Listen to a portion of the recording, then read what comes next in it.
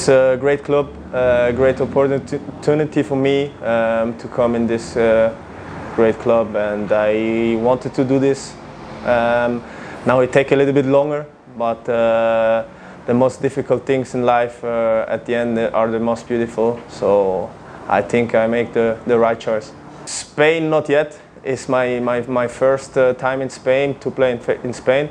But I'm looking forward, and I'm ready to start. I'm here for that, to show what I can, and yeah, I'm ready. It's easy to say. I gave everything on the pitch, so I not just only in the games, also in the trainings. I'm here to give 100% and to give all what I have, because football is a great gift, and I take it really serious. For sure, I saw the games. I saw both games. I was really happy to see the team who is really good. I think with clear ideas of the coach, and I'm really happy to be here and to help the team. I will be here if they need me, and yeah.